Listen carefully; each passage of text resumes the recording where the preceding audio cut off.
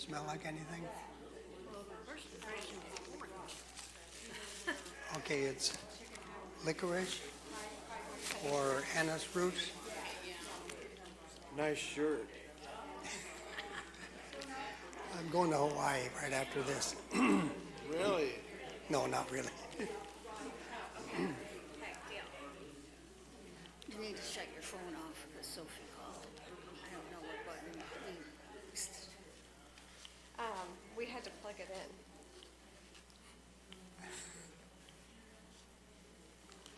The little thing that pops out of here goes in your computer. So we just popped this out and stuck it in.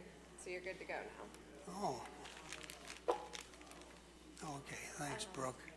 Do you want to give an update on the trail paving? You will do that? I can do that. I don't know if that microphone's working. Or I can just hold yours. You got like 2 minutes. Oh, well, here, hold it down. No, you just keep it. I can hold it beside you. I don't want you to get it all untangled.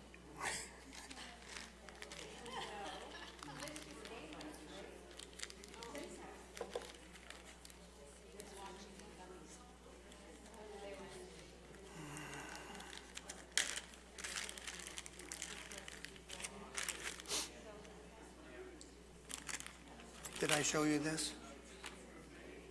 Oh, a picture of it. That's weird. I thought it was a lot larger. Oh. But I found 3 of them. Wow.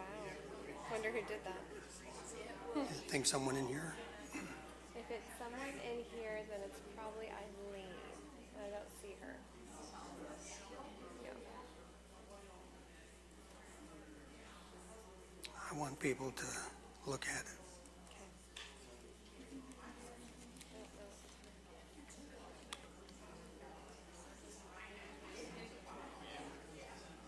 We're going to pass that around, but take a look at it. Just hold it for now. If you know what it is, let us know. So you're going to go ahead and open it. Sure.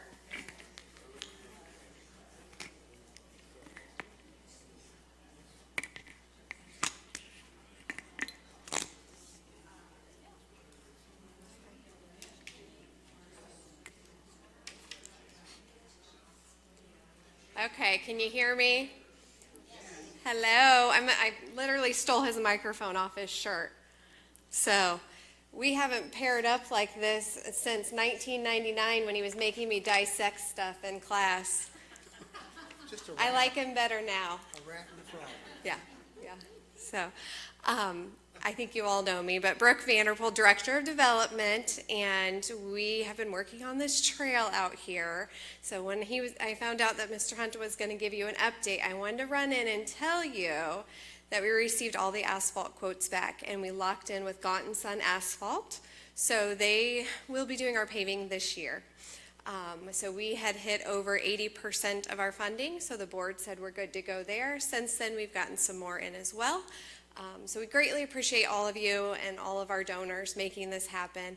And I wanted to make sure also you knew that we're going to be redoing, and part of that is the paving right outside the chapel here as well that goes down to I. So that will all be updated. So it'll be from the front parking lot asphalt all the way back to I asphalt will match and be the same width as in the trail. So it can all be used.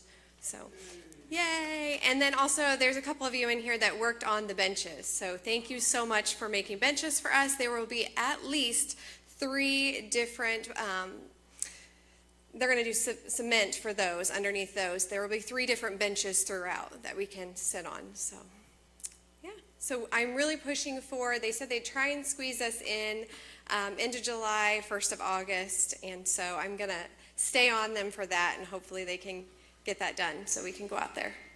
Thank you. You have that back.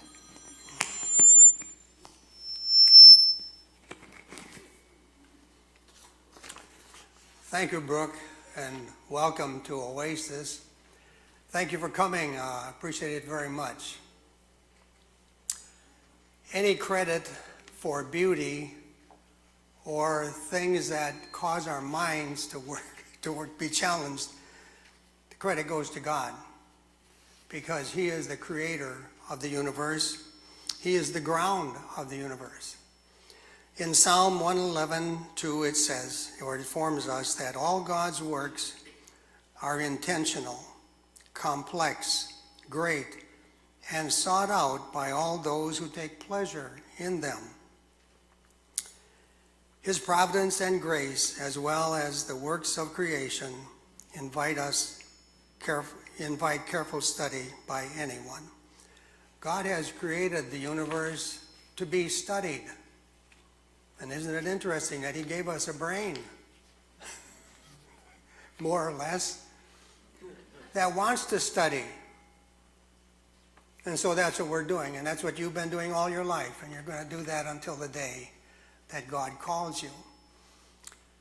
So there are so many things out here in this woods. Brooke gave you the update. I have on this program this morning or this afternoon 262 photos on 117 slides. I made 134 visits to the woods, and that was in 2025. And this is the 2025 edition that we're going to see today. I'm working on a 2026 edition.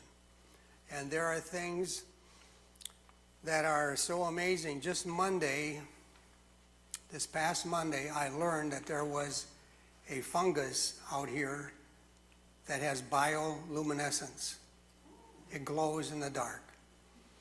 And I should have marked it because you'll see it on here, not with the bioluminescence, but I wanted to go back there and see if I could get a photo of that. Bioluminescent fungus. That's really not uncommon, but you have to be looking for it or to notice it. Another surprise was the plant called green dragon. It is a member of the same family as Jack in the Pulpit. And this is the only place I've seen that plant. And I've been in quite a few woods, but haven't seen it. So it's a surprise. That'll be on the 2026 edition. I just want you to see here this afternoon some of the features that we could see in the Timbercrest woods. Anyone could have discovered them, but I just happened to be in the right place when I noticed it or discovered it. And again, just this morning, for the first time, I saw an eastern swallowtail, the black or dark form. And I have a photograph of that, which will be in the next edition. So we're going to go through these fairly quickly. I will make a few comments. The ones in the middle, the inchworm. Do you remember Danny Kaye singing that song? Anyone remember? Yes, inchworm, inchworm. Measuring the marigolds.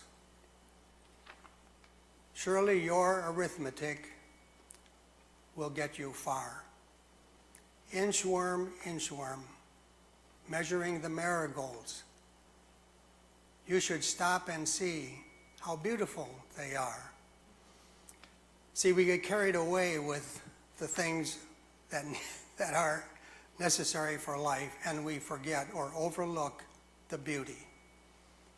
That song's been in my mind ever since I saw those inchworms out there, and just watching them move, it looks like they're dancing. And one of those I saw on a log, and as I was watching it, an ant came up. The ant must have been trailing the scent left by the inchworm, and the ant bit the inchworm. And I don't know if the ant injected that formic acid, which is a poison, or just the bite from the ant caused the inchworm it looked like he was in convulsions. He just was tormented by that ant. Okay, we'll go on here. We're going to see a lot of plants today. And the things that are in those bags. just take a look at it and pass them around. And there's one, the ceramic oddity, I'll call it. I found 3 of those out there in the woods. And if anybody has any idea where they came from, there is a stamp in the back that may give some indication as to where it was produced. And I think it looks like a Chinese symbol or some Chinese lettering on there. Garlic mustard, there's a sack with the seed pods of the garlic mustard. And this is one of the plants out there in the woods that should not be there. And we've been pulling the garlic mustard out. And last year there wasn't much. This year there's quite a bit. The blue phlox, the buttercup, pretty common out there. And the Siberian squill on the west, on the west side, there's a patch about as big as this chapel. And when it's blooming, that's all you can see. It looks beautiful, but it's not supposed to be there. And I hope that pretty soon either Mike or Brooke will outlaw people throwing their unwanted landscape plants into the woods. That's how the daffodils got there. The chives, there's quite a few of those. They're with the onion family. The daffodils, as beautiful as they are, they're out of place. We're not going to be pulling them up, I don't think, but they're still out of place. And over here on the blue violet, this blue violet is pretty famous for the petals, which are edible, as well as the leaves. There's a package with wild ginger in one of these bags. And if you opened it up, you would smell the odor of ginger. And actually it can be used as a substitute for the domestic ginger, but this is not quite as strong. The red dead nettle is a plant that some people call a superfood because it has so many nutrients in it and it has a lot of medicinal uses. There's a ramp coming around, one of those bags. It takes about 8 years for one of those ramps to get to the size of that one in the bag.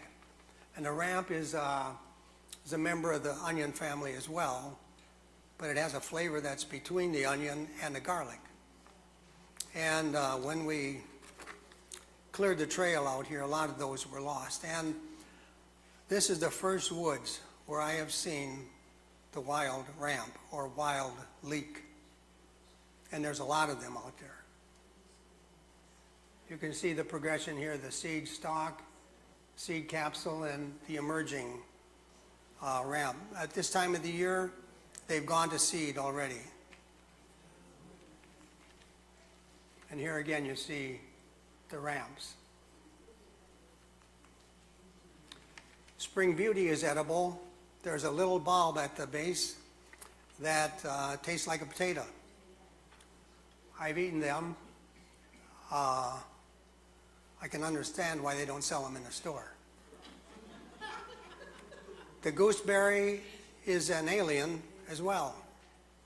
And I think I've seen only maybe 2 or 3 plants out there in Timbercrest Woods. There's a package with bloodroot. And the bloodroot has a flower in the middle there that doesn't have nectar, but it has pollen. So you'll find a few insects that are pollinating the bloodroot. And the bloodroot is one of the first to come up in the spring. And in the spring, there aren't very many insects looking for nectar, but they are looking for pollen. On the right is a starry campion, which is fairly common, and it's on the edges of the woods because it is a sunlight-loving plant. Let's see here. right there is a gall, and like all galls, either a fly or a wasp will lay an egg in the tissue of the plant, and as soon as that egg gets in there and it hatches, the cell reproduction is disrupted. So instead of producing stems or petioles or leaves, it produces that tumor or that gall. Clearweed is a member of the nettle family, but it doesn't have any stinging cells on it. The red trillium is a plant that is protected in Illinois.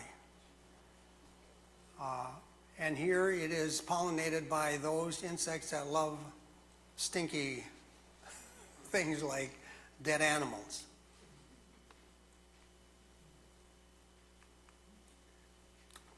On the right, on your left, is a red trillium that's blooming. It just doesn't have a very good smell.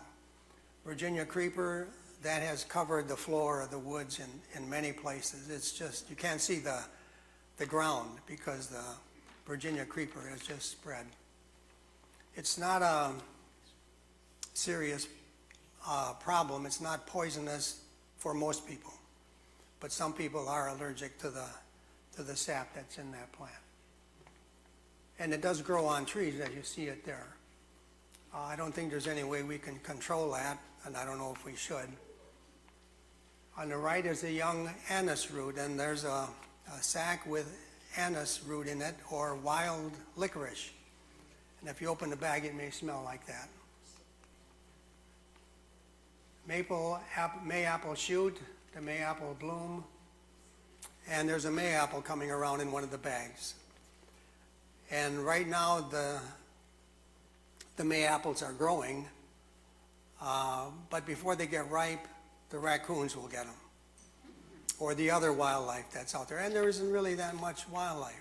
We'll talk about that in a minute. The mayapple, when it's really ripe, is tasty.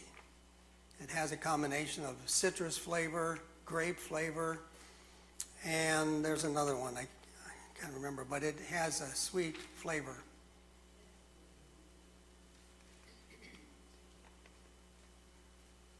The Virginia water leaf can be identified by the spots that are on its leaves, the blotches there. And on the right, it's the stinging nettle. Some of you have probably eaten them, and they are very rich in vitamins. I think they have 4 times the amount of iron that you would find in spinach. And I think just cooking neutralizes those cells that have the stinging chemicals in them. Jacob's ladder is given that name because the leaves are sort of arranged in a, I suppose, a ladder if you use your imagination. There's no petiole on the leaf. It's attached right to the stem. The blue flower up on top is the bloom from the Jacob's ladder. A lot of false Solomon seal out there, and we have Solomon seal as well. The one on the left, the white baneberry, is very rare in the whole area, but out here in the woods there are probably 3 or 4 plants, and they're also called doll's eyes. The black dot in the middle is a scar from the flower. Yellow violet's also edible. Blue stem goldenrod. Most goldenrods have the flower at the end of the stem. This one is, the flowers are arranged along the stem. The most common plant, or most common tree, I should say, is the Ohio buckeye out here in this woods. It's not a valuable wood. It doesn't grow very large, and the wood itself is not valuable.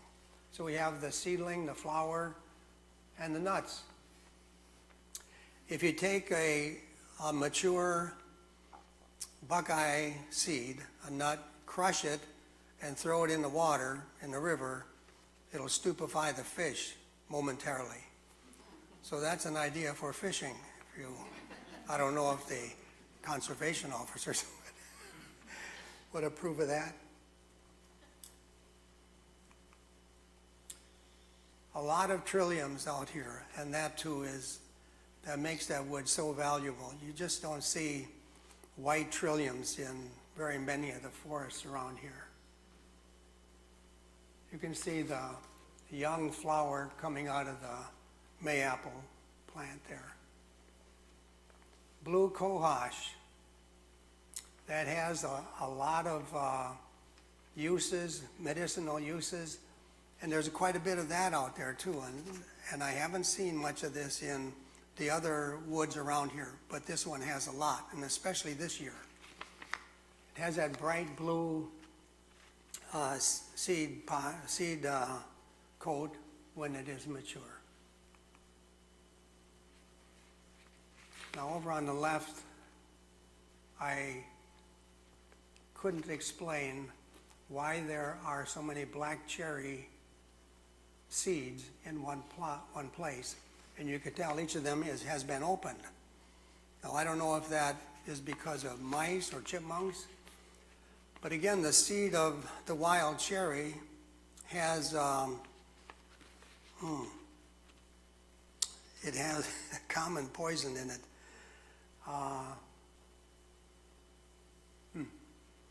Well, anyway, the same, it's in almonds too, that flavor. And if a cherry tree falls in the pasture where there are cows, the cows eat the leaves, it can kill them. A lot of wild spotted geraniums out there, and a tall bellflower, that's one that will bloom in the next couple of weeks, and it'll bloom all summer. Cleavers is like Velcro. It has little tiny hooks on it, and if you just put that on your clothes, it'll stick. And there, it's all over out there, and it's gone to seed already. Black raspberries are not very numerous, and those too are along the edges of the woods. The jewelweed or the touch-me-not, there's a lot of that growing out there this year too. So if you're next to a patch of nettles and you get stung, you take the stem from the jewelweed and rub it on there, and that'll take part of the itch away. And it's interesting, it's called touch-me-not, because if you touch that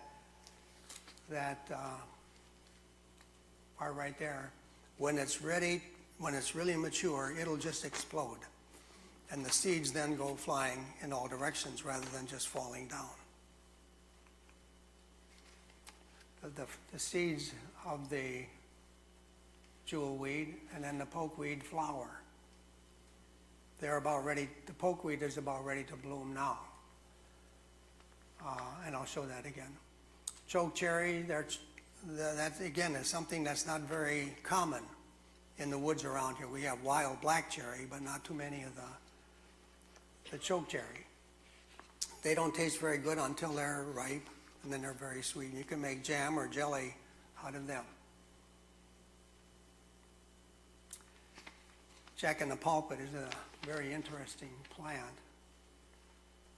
It has its sexual style is sequential. If there are 3 leaves on the stalk, then it'll be female. If it has just 1 on the stalk, then it'll be male. And it goes back and forth. It takes quite a bit of energy for the female to produce the seeds. And that takes away some of the stored energy, and it'll become a male. And then that energy will build up till the point where it's time for being female. No, I wouldn't call that transgender, but it's interesting. Poison ivy is on the left there, and the round leaf ragwort, I was just down on 300 going to LaGros this afternoon, and there was a field almost covered with this bright yellow flower. So it shouldn't be out here in the woods. It should be someplace where there's a lot of sun. And the jump seed, that too, when the seed is ripe and you just touch it, the seed will fall off very quickly, and there's a little hook on the seed where it can hook into your clothing or the fur of an animal.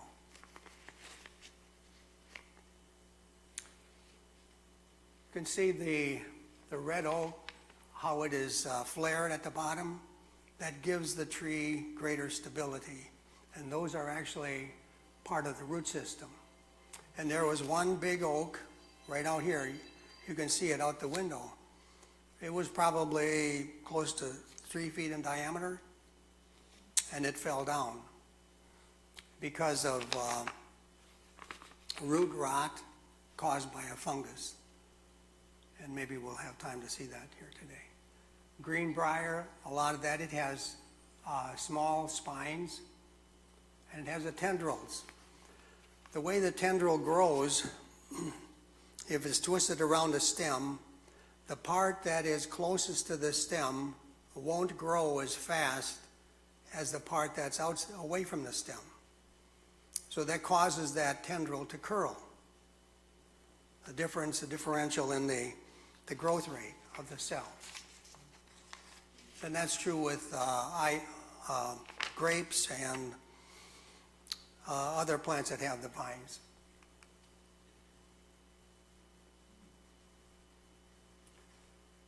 This is, well, the one in the center, that's another one that should not be out there.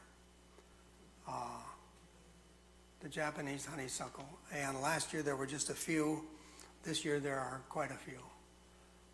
The burdock is another plant that has a lot of medicinal uses, and it is edible.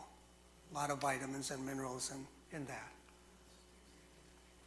Decomposers on the log. The decomposers include fungi, insects,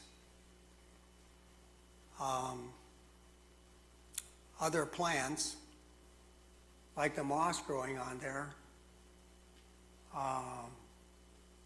and several other organisms work to recycle the organic matter that's locked up in the wood.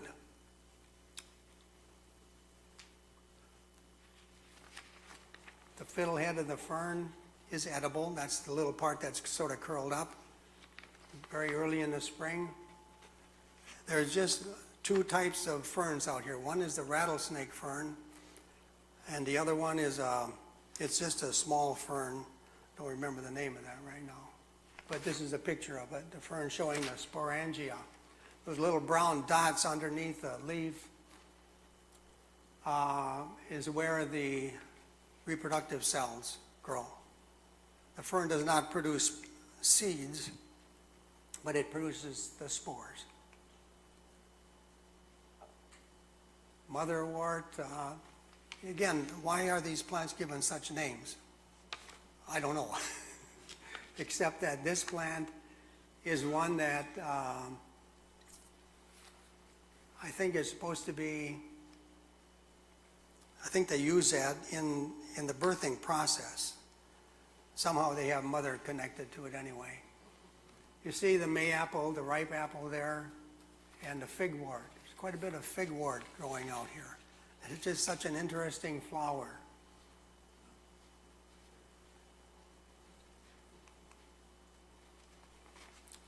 There's a pin in the tree. I don't know how that got there. If it was along the edge, you might expect to see something like that. But on the inside the woods, why would someone put a pin in the trunk of a tree? The middle one, the wood sorrel, has sort of a sour flavor to it if you eat the leaves. And they are edible, and they're also rich in vitamin C. Enchanter's nightshade sounds like that's something magic. Well, it isn't. It isn't even a nightshade. It's not in that family. But in Europe, there was, I think they used some of that, either the plant or some part of the plant for their witches' brew. I don't know if it was effective or not. The American lopseed, that too has a seed that will just sort of, it won't jump off, but if you shake the plant, it'll fall and may be attached to the skin or the clothing. Notice the green right here.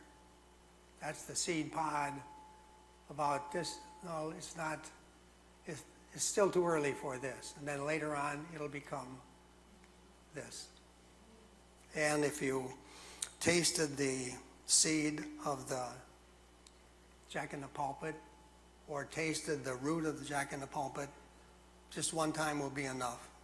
You won't taste it again. It just, it's almost like chewing on a pincushion. It's really uncomfortable. So, well, they're not meant to eat, I guess, anyway. The American germander, a lot of that growing out there. The hardleaf skullcap, quite a bit. And the Ohio buckeye mature fruit, that's the one that you can use for fishing. Just a few others. The white snake root, you remember the story about Abraham Lincoln's mother. Back in those days, the cattle were just let loose to find food wherever they could, and if they ate the white snake root, the poison in that went into the milk, and that caused the milk disease. And like I said, Abraham Lincoln's mother died from milk disease. You won't find cows even having access to that anymore. White vervain, wild black cherries, something knocked them out of the tree. I don't know if it was a raccoon up in the tree or something else. And wahoo, there was only one tree that I saw of that. Here you see two different areas. One that has a lot of direct sunlight, that would be the one on your right. The one on the left, the canopy is blocking almost all the sun. So there's not much growing on the ground. There might be some other factor involved there. And on the right, you see seedlings growing in a rotten log.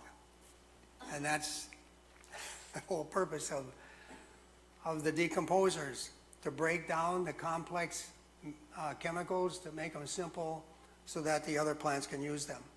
And I'm going to flash through here quickly.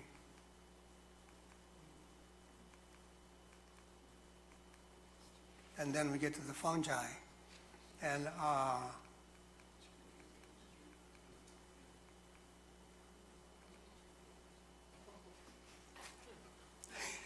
there's a Professor Cordes. Oh, this one. Look at the left there and the name of that. You don't go to the cemetery to look for them, although you will find them there too. But those three there just give that name such meaning. And look at the ones around the base of that tree. That's a bad sign.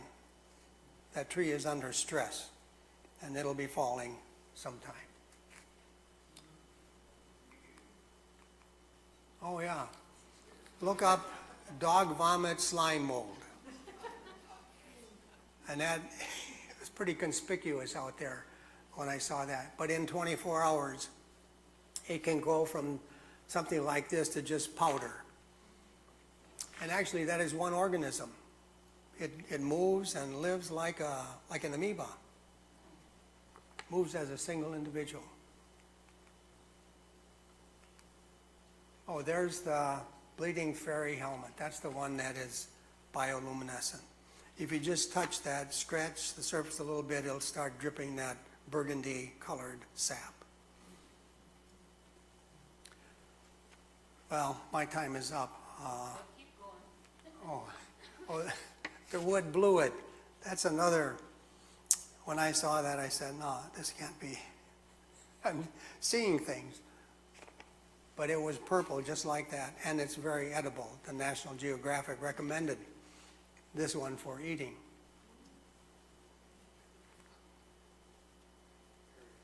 Hairy rubber cup. Chicken of the woods, how many have eaten that? No one? Oh, You have? Is it good? Oh, you say eaten it? No. Well, I know people who have, but not eaten it. It is very tasty, and they call it chicken of the woods because the texture is very much like the white meat on a chicken. And if you prepared it as you would chicken, it probably would confuse people and they would think it is chicken. This one was growing, oh, I don't have a label. This one was growing at the end of Wayne Street and Highway 13. So everything else that you've seen here, except maybe 3 or 4 other items, have been taken from the woods. I didn't see the chicken of the woods out here in Timbercrest. But you can't mistake the identity of chicken of the woods. It's one like the sponge mushroom. You can't mistake it. I think that's it. Thank you for your attention.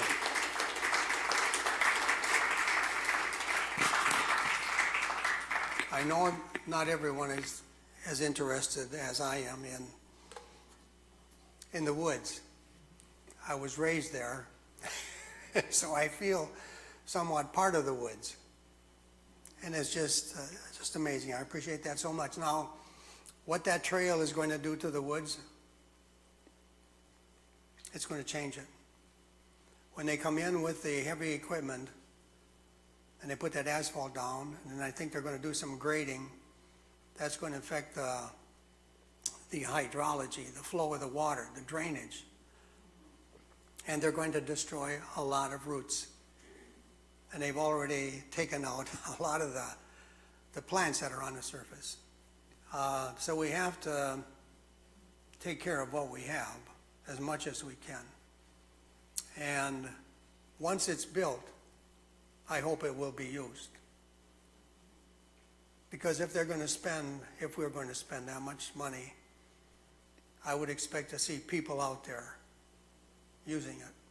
And there's a lot of work that still needs to be done, like we want to put up some signs, identification signs, a kiosk maybe with a key on, the key that shows different plants. And then I'd like to make a field guide of the woods, but I need help with that. If you're interested in that, taking the most interesting photos from this presentation and then from 2026 and maybe ongoing, just add to that. Whether we're going to have a lot of text with it, and there should be, rather than just pictures, it would make it valuable. Maybe not to people out in the state of Washington or in Florida or Arizona, but to us, right, to ourselves right here, it is something special. So that woods is something special. So let's take care of it. And any chance you get to go out there, and I wish it would stay like it is right now, but it's not going to stay that way.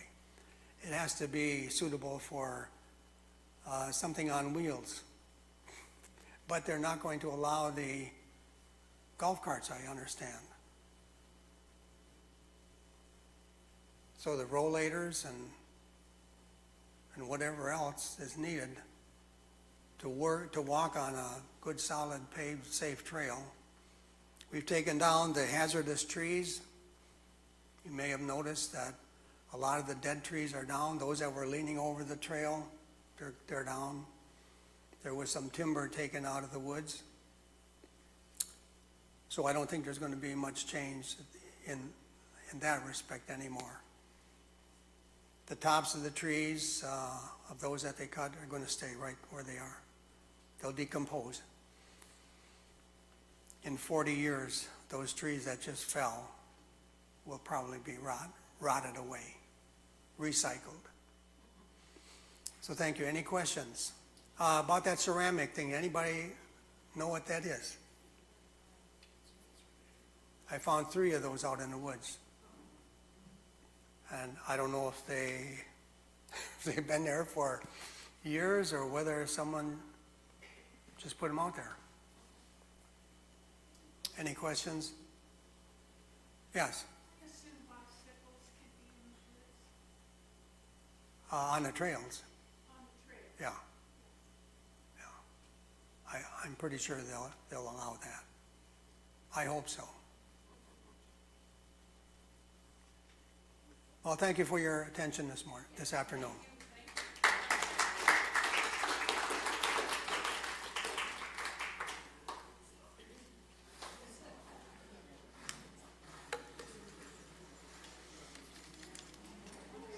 The chicken of the woods you did have, like, it's right off. Was right in the middle of the, yeah. Middle of the picture. I don't know how that happened.